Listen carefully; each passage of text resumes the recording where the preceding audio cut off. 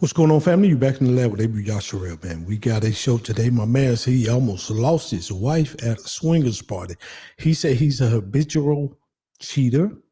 Um, he said it was passed down through his blood, and he gonna get into other things. But you know how I do. I'm not gonna hold you. Let's get right into it. I'm gonna let you tell his story. I'm gonna let him tell his story, and then I'll come back and give my commentary at the end. It's gonna be two parts: part one and part three. I kind of cut out part two because he was just dragging it out. But part one and part three, and then Story time on how I almost lost my wife after going to a swingers party.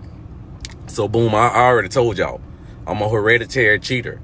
This got passed down to me in my bloodline. Like my daddy was, his daddy was, and so on, so on. They was all cheaters. It just came down the bloodline. So like I say, that's neither here or there. That's either here or there.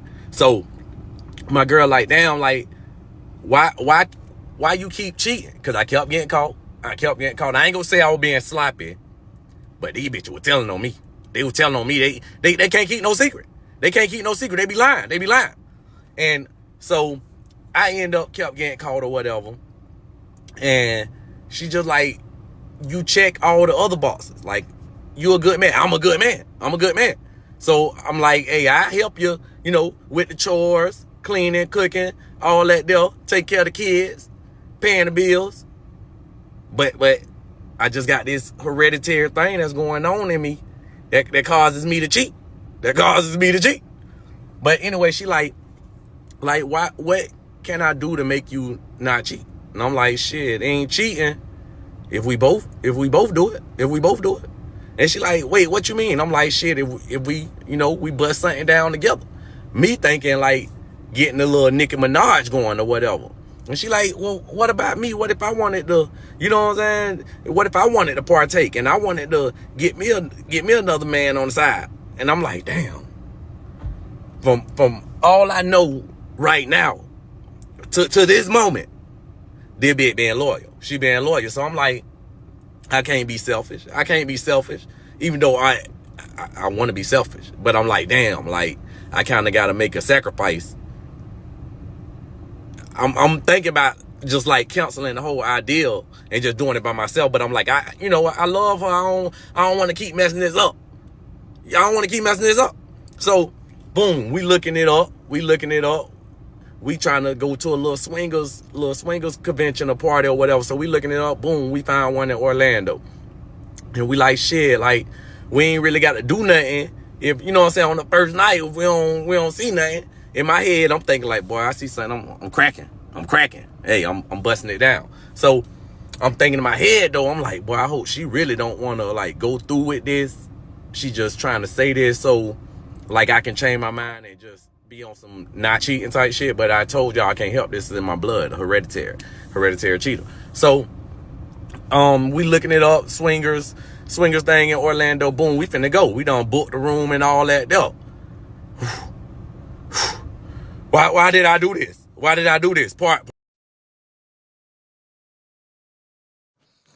So my guy said he's a hereditary cheater. It was passed down. I'm gonna play part three, because it get a little funny. And he was hoping his girl didn't want to get involved, but she said, "Hey, I might want to partake." You know what I mean? He said he don't want to mess it up. He had been cheating. He thought it was just gonna be maybe two women and one where he could just have all the fun, but evidently that ain't what his girl had in mind. So let's get into part three, and my man, and then I'll come back and give you more of my commentary. Part three on almost losing my wife at a swingers party. So boom, like I say, I'm in that bed like Tarzan. I'm in that bed jumping off chandeliers, jumping off goddamn pianos, whatever I could jump off of, I'm jumping off. I'm diving in. So all this going on the whole time, I forgot I even came with my girl. I'm like, I'm in there partaking. I go to thinking like, damn, wait. I look around. I don't see my bed. So I'm like, fuck, what's going on right now? Let me go find out what's going on. How they be gonna leave my side? And mind you, before we went in there, we was already, going over our little code words to get up out of there. So the code word was like something was in your eye. So boom, I'm walking through there. I'm looking for my girl. And you know, like when you be with somebody for a while, you know their voice. You know their voice. So I hear her voice, but this sound like that bedroom voice. And I'm thinking in my head like that bitch said she ain't want no other man. She ain't want no other man. So boom, I walk in the little other room. Bitch, my bed turned up inside out. Bitch got her like a goddamn whole lawn chair out that bitch. Whole lawn chair out that bitch. So I'm hurt. I ain't even gonna lie. I'm trying to hold back tears. But they kind of falling. So I'm thinking like I gotta get it bit that cold. So she ain't even, she in her own world. Eyes rolled back in the back of her head, all that there. So she finally kind of like look up. She look at me. I look at her. She look at me. I'm like, tears kind of, dried up and like, not dried up, but like stuck right there in my eye. Like that bit went and fall. But that bit was like right there, like big bold, big bullet tears in my eyes. So I'm getting her to blink. This bitch act like she ain't see me. She go to, what I'm saying, back, eyes roll back in her head. So I had to politely snatch my bitch up. So I'm down there about to get into it with the niggas there, cause they thinking like I'm just a random swinger trying to like snatch her up or whatever. And I'm like, nah, nigga, this my why. So I snatch her ass up. We leaving, we going back to the room. I'm heated, but I'm like, I can't really be, I'm trying to like stay cool at the same time, trying to control my emotions, cause hey, it was kind of my idea, but kind of not my idea. I thought I had control, but I didn't have control. And she showed me. Like they say, if a woman stay with you after you cheat, that get back coming, or it done already happened. So, man, we get back to the room. I can't even look at her. I'm like, this is unbelievable. Like, you a whole different person than I thought you was. Like, this is crazy. So, boom, we leave the next day. We supposed to stay the whole weekend. We leave the next day. That ride home was so awkward, man. So awkward. Like, still to this day, I can't even look at her the same. Like, damn near think about calling it quits. But we had to get some therapy and all that though. But hey, don't take your wife or your girl that you trying to have a future with to the swingers party, cause she might partake. And you might don't like how she partaking. You can't just think about yourself. Like I say, I try to be like Cam Newton. Like, if I'm fucking, how I'm gonna worry about somebody else fucking? No, I was worried, and I was devastated and traumatized.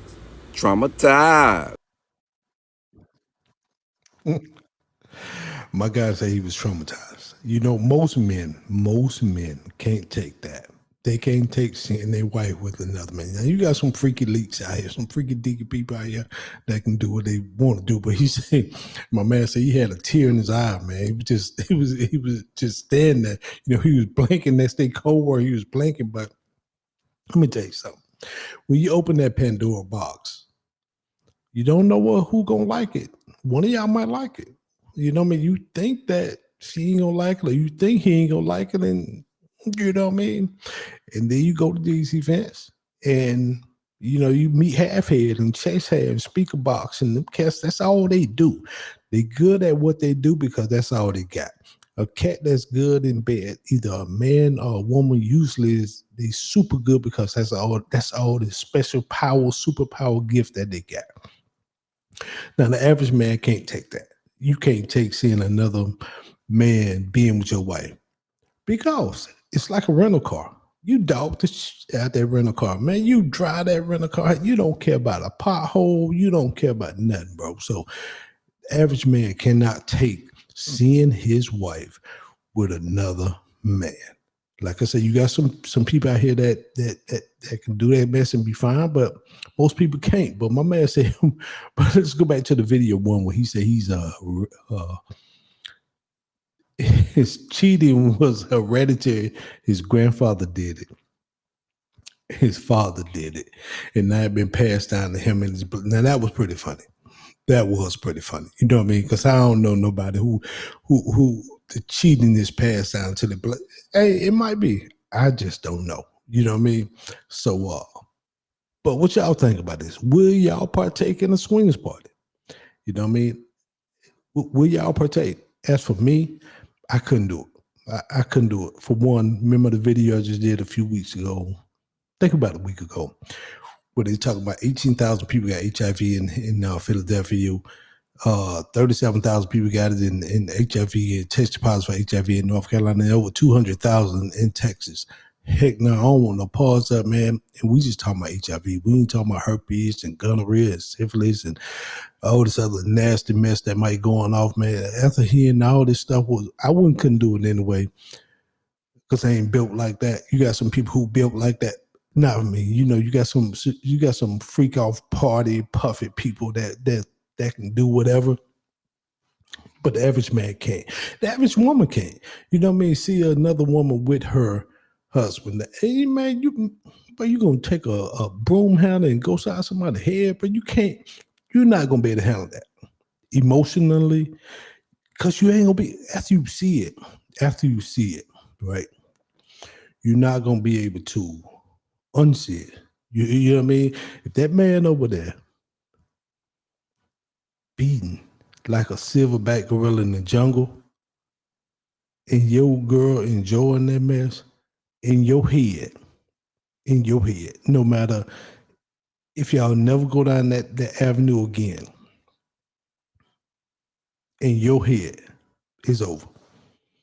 Because you feel like, I didn't even make my girl or my wife perform like that. I didn't even make her sound like that. So that's what I'm saying. You might not want to open up these Pandora boxes. Sometimes people open up these boxes, man, and you think them doors closed, but some people leave cracks in them. And you end up wondering why your relationship that went down here, like my man said, that ride or flight or whatever they did was awkward on the way back. And I could imagine. I could imagine it was awkward for him. It probably was awkward for her, but she was like, hey, I got my lick back. You know what I mean? So it was what it was. But can y'all handle it? I couldn't handle it, man. The swingers parties. I'm gonna let them swingers do what they do over there. I like my peace. Too much shit can go wrong with that. With that said, man, I'm Abel Yashrael. Peace and shalom, everybody.